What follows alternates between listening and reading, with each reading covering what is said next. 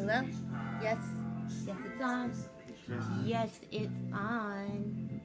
That be live goods, the vibe how you create that make you taking them way back to a lyrics man. Something I was ripping that 8-track every single day, bumping this that happen overnight. You lane to the lane jumping, being stuck in my ways, being pumping the heat.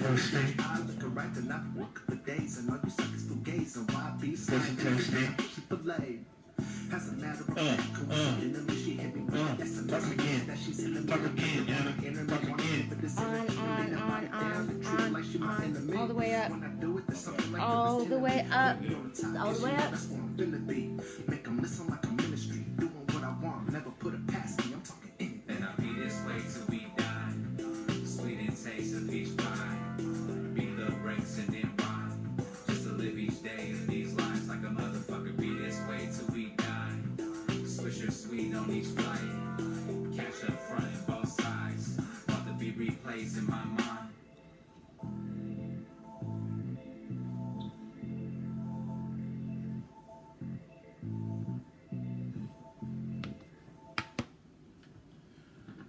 What up, everybody? It's your boy DJ Rowe. It's Global History Night with Yes, it Anna is. and DJ Rowe. So what's been going on? Super excited. We have not been able to do a show for a little bit for various reasons, and so much is happening in the world. Ooh, yes. Yes. So I'm very happy to see everyone. And okay, can you hear me? Yes, I can. All right. So, okay, let's start with Algeria. You didn't expect that, huh? No, I did not expect it. What's going down in Algeria? Okay, in Algeria, there are huge demonstrations happening for a change in regime. The president, Abdelaziz Bouteflika, has been in power since 1999. Wow. And he's 83. He's 83 years old, and he has not been. He's barely been seen in public since he had a stroke in 2013. Wow. So what's making him come out all of a sudden? What's the deal? Well, he's not. Nobody's seen him. That's one of the reasons okay. there's demonstrations going on. There's been thousands of people gathering to demand his resignation. Okay, and he was even because he claimed he was going to run for a 5th term. He was reelected in 2014 without even doing any campaigning, because that was after his stroke. And he's been in Switzerland for weeks receiving medical treatment. So he wasn't even here while a lot of this was going on. Right. And Algeria is another country with a very large youth population. Half of their population is under the age of 30. There's huge unemployment, and there was an interview I read with a 10-year-old who was out demonstrating draped in Algeria's national flag, and he told Reuters, "I want a better future." And I'm like, wow. Okay, I agreed. It's good that 10-year-olds are thinking about their future. But I mean, one of the interesting things about Bouteflika is that he was part of the Algerian War for Independence against France. Algeria was at war from 1954 to 1962, and they were colonized by France for over 100 years. Algeria seized France in 1830. So that was and a lot of Algerians fought in World War II. The countries that were colonizers were real good about bringing in the people they were oppressing to go to war and die for them. So there was a lot of Algerians in World War II, and they had a very violent war that Bouteflika was part of. And then the first president was Ahmed Ben Bella, and he was elected in 1962, but then he was ousted in a military coup in 1965 and detained until 1979. Wow. So that's pretty terrible. I mean, here was somebody that took part in freeing his country, and, you know, it's one thing to topple the government, but locking people up for their whole lives, that's pretty bad. And so Bouteflika was the foreign minister, not all the way back then, but like in the 70s, and then he was in France for a while. And between 1999 and 1991 and 1999, there was a civil war in Algeria. And so Bouteflika was given a lot of credit for ending that civil war. But it's time for him to go. And Algeria has also, Algeria did not take part in the Arab Spring in 2011, so I mean, people have been pretty satisfied. I mean, it wasn't a suit.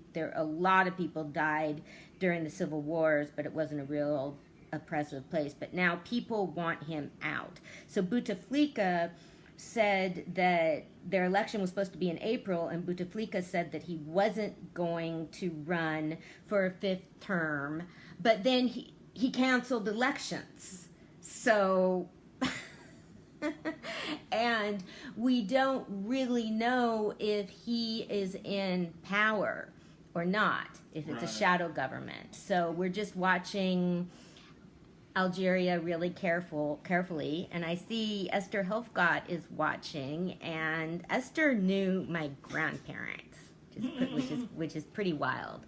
And yeah, she knew my grandmother. My grandmother was somebody that was always really interested in what was going on. So that's Algeria. And what's interesting is, okay, when we have talked about Algeria before at Global History Night, it's always been about the skulls being returned. President Macron has promised to return the skulls of 37 Algerians killed for resisting French colonialism in the 19th century and sent to Paris. France is also holding on to a lot of Algeria's archives. So that's another theme that we have here about countries holding on to the history of other countries, and that's wrong. And we might think, like, okay, well, obviously holding on to like body parts of people that were rebelling against you is terrible, but holding on to the archives is keeping people's history from them. So it's really wrong. And not only that, I recently learned that former colonies, France is still making money off of foreign colonies because their currency is based on the French system. So, I mean, it's just crazy. It's just really wrong. And okay, so we have also followed Ethiopia, and there's been some really serious and sad things happening in Ethiopia. But before all that started, I was following Emperor Theodoros, who was killed in the early 19th century, and we've talked about him before. He was killed in the Battle of Magdala, where the Brits invaded Ethiopia in 1868 and looted the palace, and they displayed his hair in the British Museum. And they also took the emperor's son and raised him. He was like, it was like a little pet. So yeah, so the little boy was 7 years old. He's buried at Windsor Castle. So the British Museum has said that they're going to return the locks of hair, and we don't have any word about returning the remains of the prince. But that's important. That's part of people's history. And so then the next thing that happened that was really cool was Abiy Ahmed is the Prime Minister of Ethiopia, and he is a new generation, which we've talked about before, and he helped mediate between the presidents of Somalia and the presidents of Kenya, who were holding face-to-face talks. So Kenya and Somalia restored diplomatic relations following a dispute over the ownership of offshore oil fields. Those are both coastal countries. So that was pretty remarkable, and Abiy Ahmed has just been a remarkable leader. He's freed political prisoners. He made peace with Eritrea, and he went to South Sudan to try and make peace. And he did this with the president of Eritrea. So that's pretty astounding that these leaders that have been in war with each other went to South Sudan to try and make peace. And just the hope is that people will be able, on the continent, will be able to help each other and communicate with each other. So there was all this great stuff happening in Ethiopia, but then did you hear what happened? No, what happened? Well, there was a Boeing plane crash. Ethiopia Airlines, there was a big plane crash with a lot of people that died. And it's a problem because it's the same kind of plane, the same kind of, I think it's a Boeing 737 that crashed in Indonesia 5 months ago. So people are really pissed off about whether there is something wrong with the planes. And I mean, in a culture, I mean, it's a big country, but, I mean, it's a big deal for a country like that to have that many people die in a plane crash, and it's kind of a real traditional society, and they've been unable to recover remains of people, so they're giving relatives dirt from the area to bury. Yeah, to try and, so, we're sending thoughts to Ethiopia. Yeah, I had all this great stuff. Out to Ethiopia. Exactly, yeah, I had all this great stuff to talk about with Ethiopia, and then they have this tragedy. And I'm from Seattle, so I'm always interested in Boeing. I know a whole lot of people that work there, so, it feels a little personal, like, wait a minute, I know people that work on those planes. Did they fuck up? And what is this? And Trump doesn't like Boeing because Washington D.C. doesn't like him. So that's what's going on in that part of the world. But in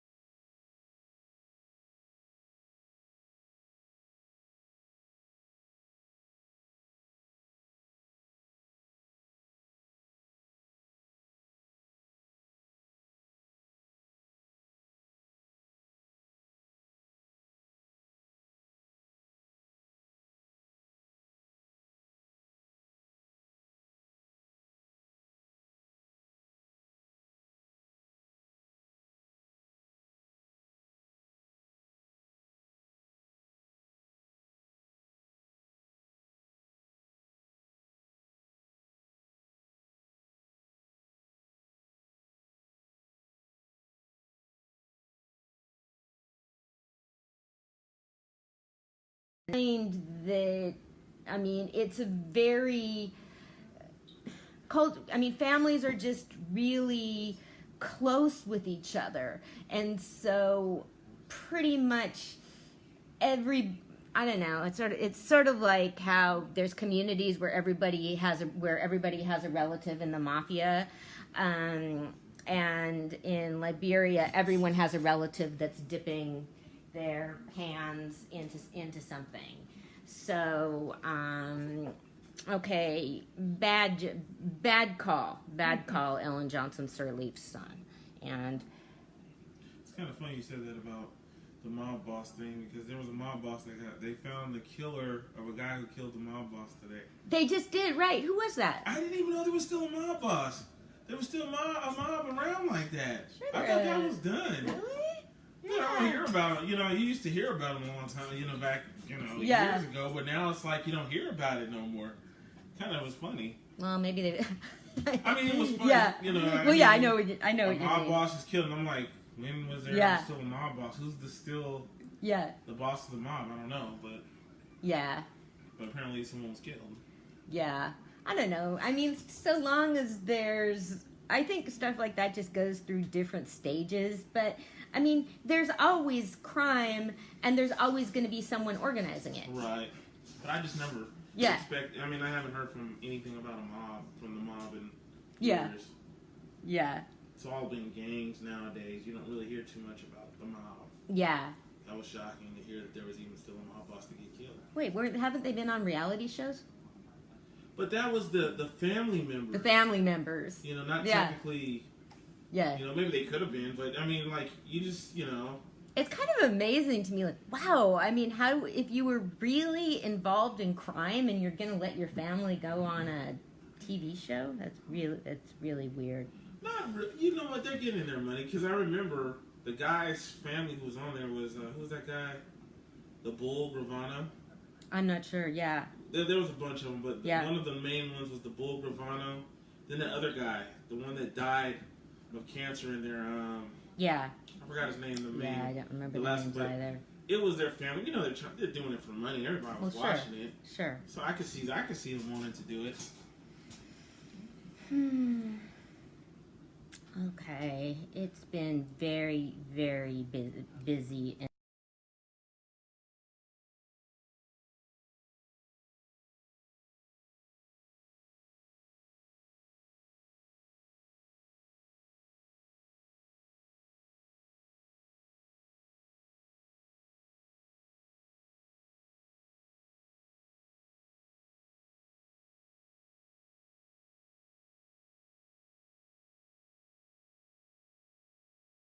So we were following that, and he is now seeking $75 million in damages from the International Criminal Court.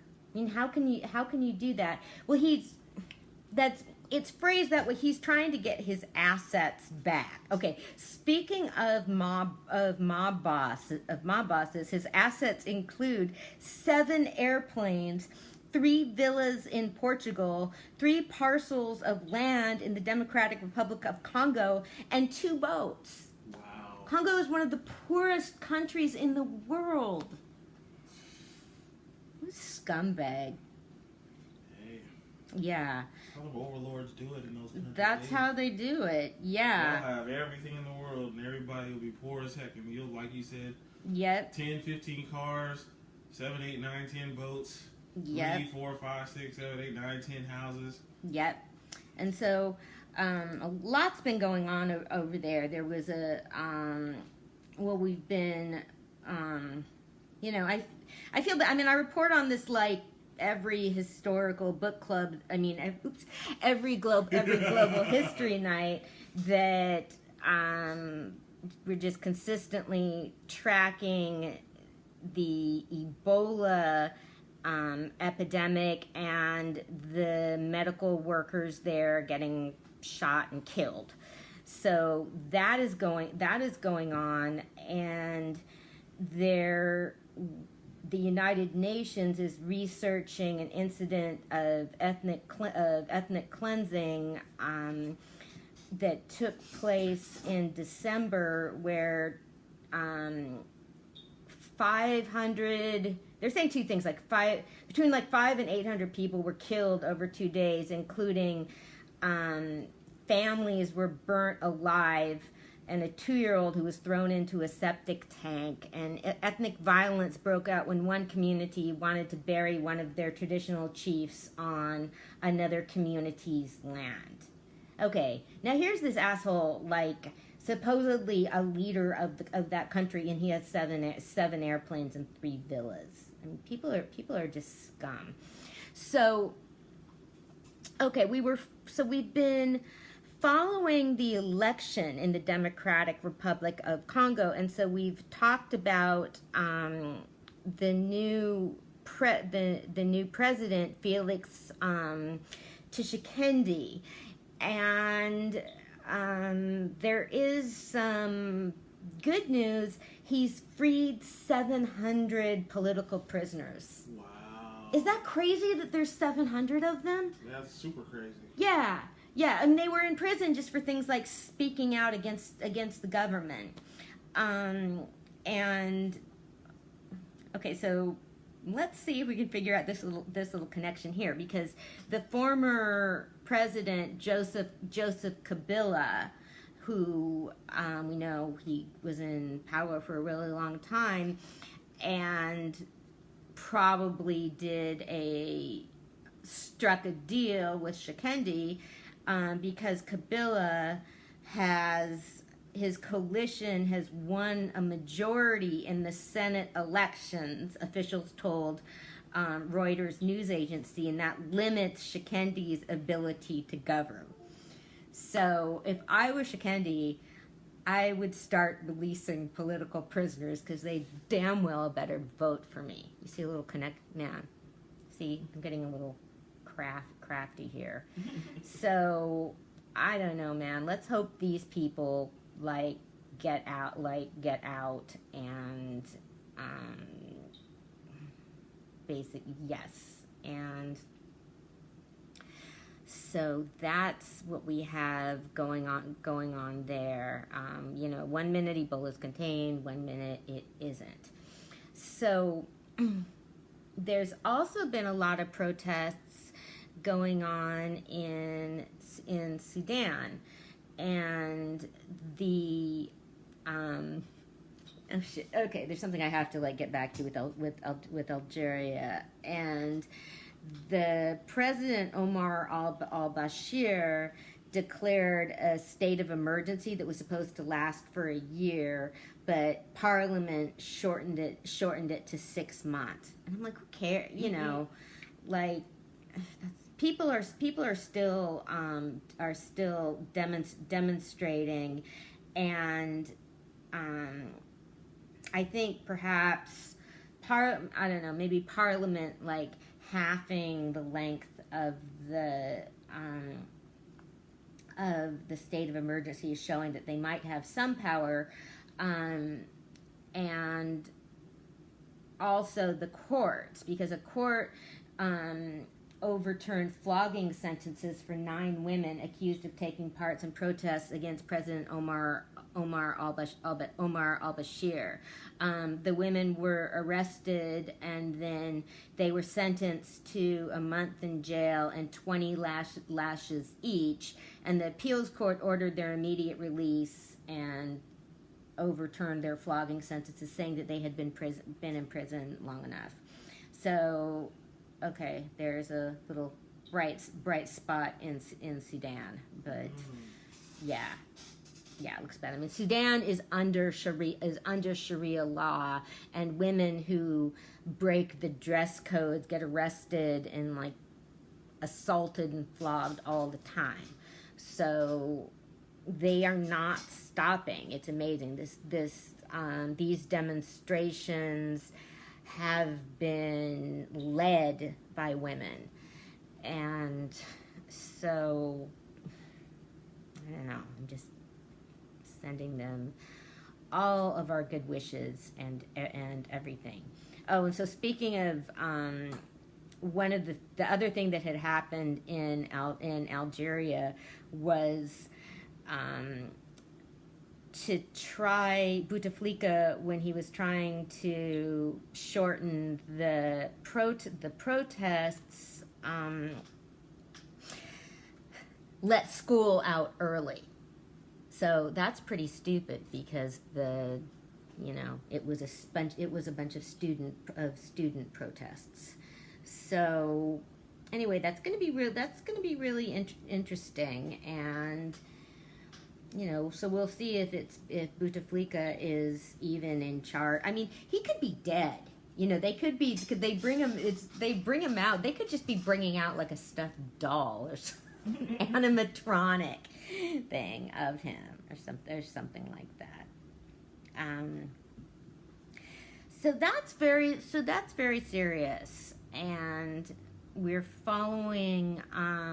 followed the Catalonia secession movement for a while, and the separatist leaders are on trial, and so there's still thousands of people out demonstrating on their behalf. So that is not dying down, and this month marks 8 years of war in Syria. So that's been another just crazy civil war, and what's happening is that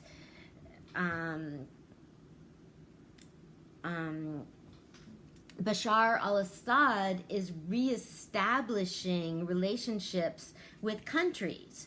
So they're saying the war is over, even though it's still going on in some parts, and nothing improved for people, but he is trying to reestablish relationships with countries and to bring in investors and try and rebuild the country.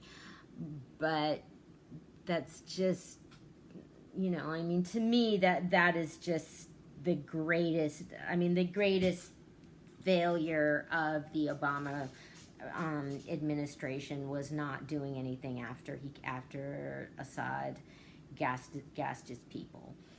And now one of the things that we were talking about was the women. We were talking about Shamima Begum, who was an English woman who ran away when she was 15 to join ISIS and is now 19, and she's already had 2 babies that died, and she had another baby, and she was trying to go back to England with her baby, and they stripped her of citizenship, which is supposedly against international law. You're not supposed to be able to make somebody stateless, and it meant that her baby was stateless, but her baby died.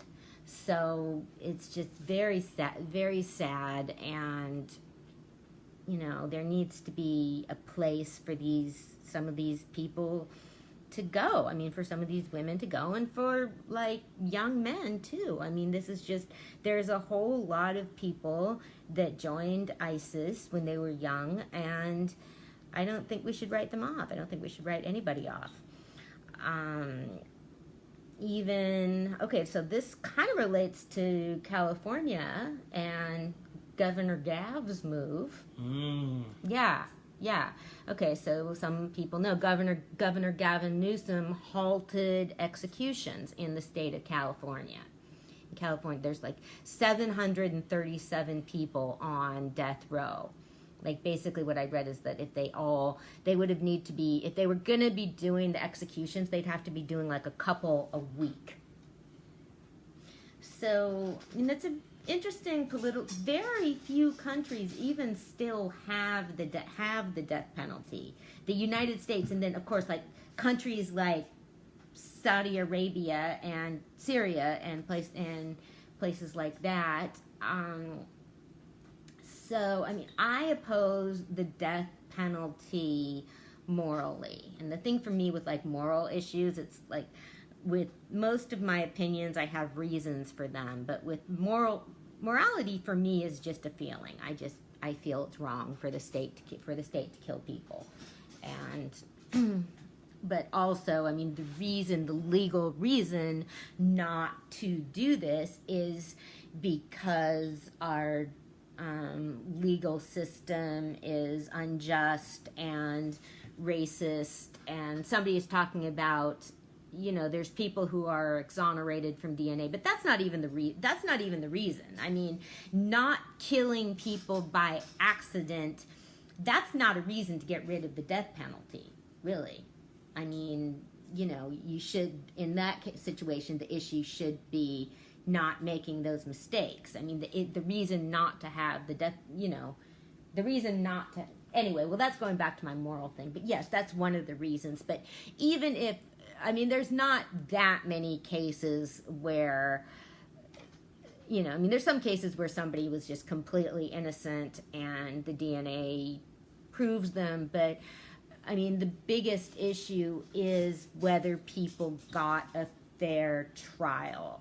And you're starting with the way our entire system is set up with, okay, when somebody was arrested, were they treated fairly, and were they profiled to be arrested in the first place, and then they go to jail, and then they go to prison, and were they adequately represented?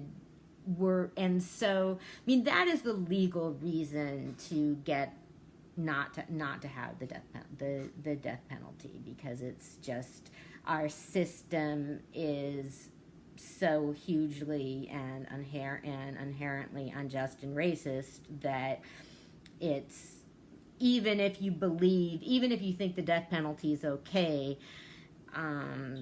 that's the justification not to have it. So I was looking at interviews with family members, and there's family members that are really, really upset about that, and they feel that, I mean, they feel that they're, that it's their right to have a life taken for a life, and that's where, but there are also family members who oppose the death penalty, and there's people that are pleased about this, and there's people, and so that's pretty incredible to me, I mean, I don't judge anyone. I mean, that would just be, I mean, who knows how I would feel, but there's people, so it's just very, very tricky. And even if you're talking about money, it's cheaper to, even keeping somebody in prison for the rest of their life still costs less than executing them. True. That's remarkable, though. I mean, you'd think it would be cheaper to just, but I guess part of the problem is death row is different than like if they want economically, if they can't like abolish death, I don't know. Death row is different than like maximum, than like lifers and stuff like that. So I guess it's extremely expensive to run death row. But so anyway, stuff is pretty, and okay, so this kind of talking about our justice system and our legal system was I just kind of jumped from that, from looking at Catalonia and secessionism, because of New Zealand and that massacre, which a lot... Man, that was crazy. Yeah, which a lot of us are thinking about, because, my first thought was like, oh my fucking God, it's like mass shooters in New Zealand? I mean, and so this was an extremely scary dude. I mean, there was a lot of premeditation, and he wrote a manifesto, and he he was really trying to get it publicized because he was referring to a lot of contemporary people and contemporary organizations.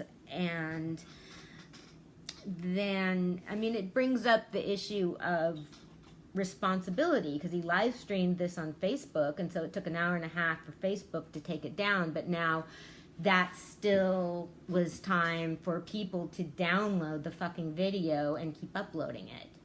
So I don't know, man. I mean, it's like our technology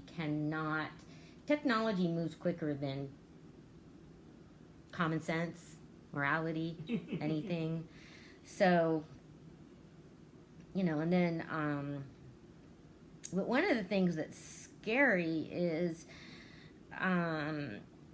okay, so he'll be put on trial, and so that's going to give him a chance to speak and disseminate his ideas. And that's where you get into again, the legal people having their legal rights. Well, did you see, he already flashed a white power symbol. Did you see that? Yeah, I saw that. Yeah. So that's just really tricky, because people do have, I mean, even people like that have a right to a trial, and that could mean, if he wants to represent himself, I don't know how the New Zealand legal system works, but part of the problem when, sociopaths like that want to represent themselves, I mean, sometimes the people that were harmed need to testify. Right. So, yeah, it's just, and then, so publications were supposed to be responsible, and what some responsible publications are trying to do right now is not show pictures of the perpetrators and not use their names, because they want infamy so badly. But the guy was referring to other killers. And another thing I've been a book I read, because it's part of the theme of our show, is books I read that make me think. And there's a book I talked to you about called, I think it's called Everything You Love Will Burn, and it's by a Norwegian guy that spent 6 years embedded with the white nationalists. And what he did, what I learned, was that what these guys have done, and I've said it a lot, okay, you've heard me say it a lot, that, okay, what the right is much better at unifying than the left. Yep. The left is like, blah, blah, blah, blah, blah. And so, what the leaders of the alt-right nationalists, whatever, have done is brought a bunch of these people together. Like, there's the Aryan Nation, and there's the skinheads, and there's the Nazis, and there's the other ones, and there's the Confederates, and all of them. I mean, people that had different ideas, that disagreed with each other. And one of the justifications that one of the lines a lot of them use is, I'm not racist. One of the things, okay, a lot of them will say, like, I'm not racist, I just want to have pride in being white. That's a big thing that they say. And they're like, what some of them say. That is the ideology of some of them. They say, like, I'm not against anybody, I'm not racist, some of them will say, and then some of them just say, like, really bad things, like, I'm not, if we want to be proud of our heritage, we want to be proud of being white. So, I don't know. I mean, when you look at people like that, and then you read about some of these other people that are like flat out proud of being hateful, I don't know. I mean, I just, like, I try and think about how I would communicate with them, you know. I mean, somebody like me can't go, you know, they don't want to talk to someone like me, so I don't know, but that's how they were, just a bunch of splinter groups all over the country, but they realized that if they start to get together, they can make a political force. Right. And so that is what they've managed to do.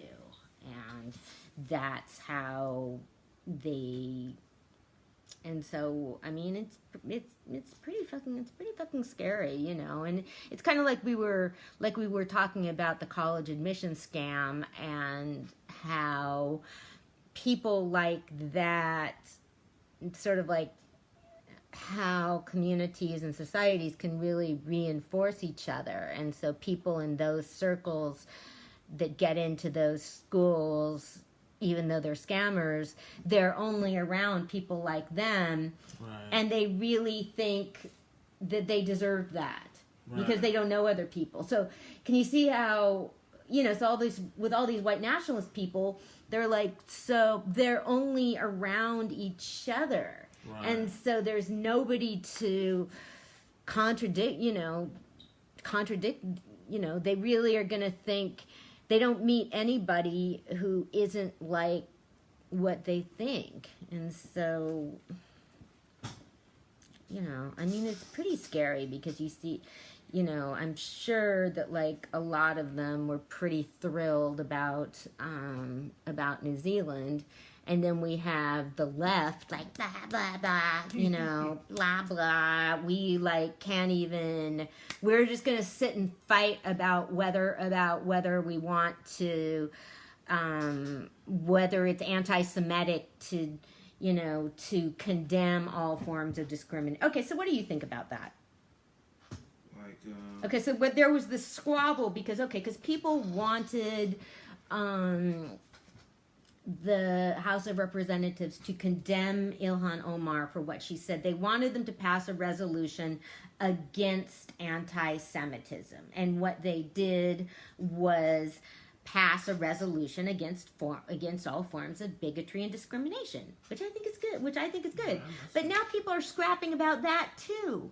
Like, say, oh, they like were too afraid to condemn anti-Semitism. It's like, what the fuck, man? It's like our society, you know. I mean, we're having like Muslims being slaughtered. We're having like anti-Semitism. You know, I mean, we're all in this together. right. And so it's, you know, it is a situation where, you know, okay, see, normally when, you know, when somebody comes in and it's like, well, not all, but what about us, you know, normally it's bullshit, but in situations like this, I think, like, yes, okay, just, like, condemn bigotry and discrimination and all that and try and move on and do something about it. So we're gonna get to that after we take a little break. And I am pretty fucking excited because we're going to be playing some music from Tashala, who is a new Ugandan rapper that I just discovered. And I can't play it here because Facebook won't let me. So I will be back shortly.